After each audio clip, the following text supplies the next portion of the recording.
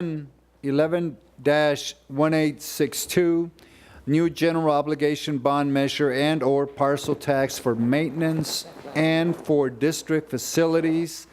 And this is an item that our facilities planning and management staff would present to the board, to the public.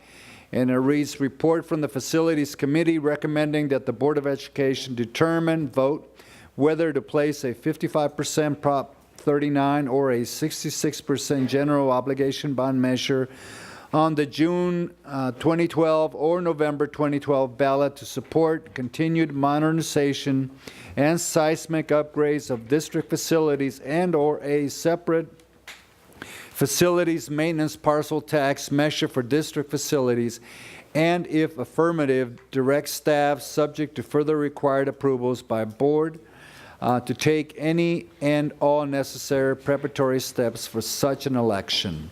And again, this is a discussion items for the members to, provide some recommendations, feedback, debate, disagreement, modifications, and our Mr. Tim White and staff will make the presentation. Thank you, Director Gallo.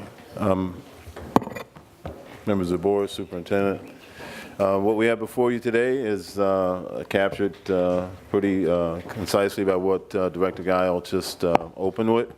And we were, as staff, actually directed by Facilities Committee through Superintendent to engage in a set of one-on-one meetings with the board to discuss how three different things converge. Our facilities master plan, which we have now in progress, being conducted by MK Think.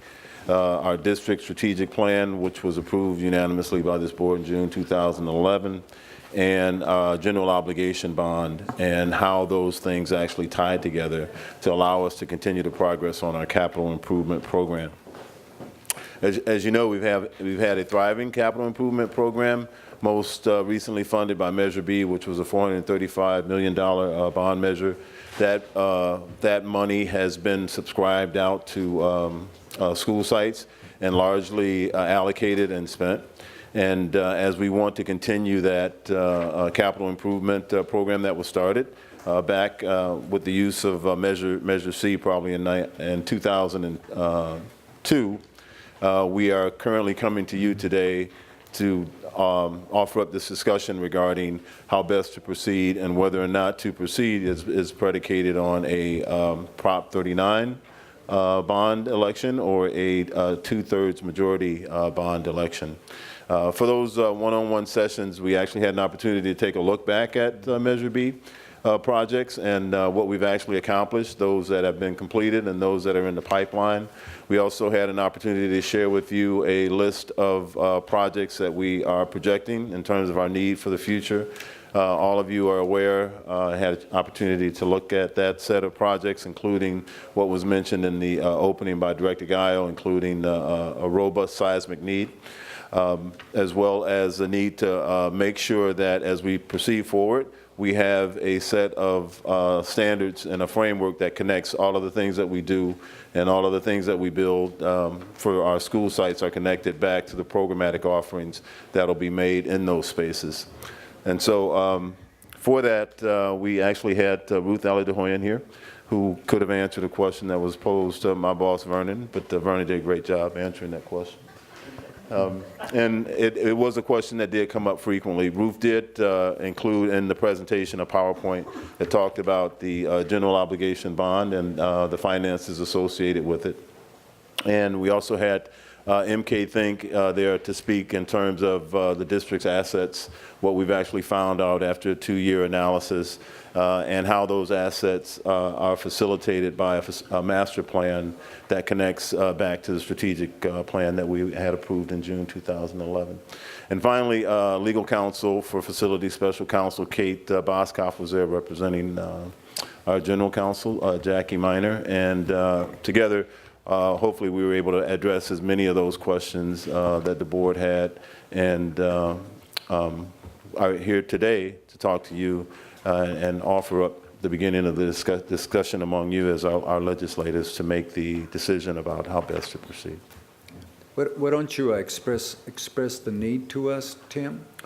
And secondly, Ruth, you can talk about our long-term debt, the financing, and where we are legally, how that, the whole approach to a bond would look like financially. So our need is really in the context of something that was quantified, I'm going to say probably in 2005 with the previous master plan, that identified a need of about $1 billion across this entire school district. And of course, that need was just a need associated with brick and mortar technology needs, updating antiquated systems. And at that time, we went out and we acquired a $435 million general obligation bond, which we knew would only address a portion of what our needs were. Obviously, a long time has passed since then, and we find ourselves here 6 years later with a new need. Obviously, the $500 million in unmet need that was unfunded is on the table now, and we want to make sure that, given a new master plan that's in progress right now, that master plan not just look at brick and mortar needs, but how do we now take advantage of creating environments that are designed and geared towards the highest possible use of those facilities for delivery of academic performance and meeting the needs of the entire child. And so we've looked at seismic retrofitting.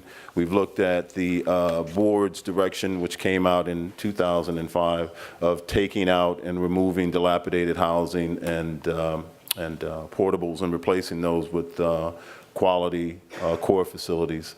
Those are primary among our list, as well as energy efficiency opportunities that may have to do with renewables in addition to energy efficiency.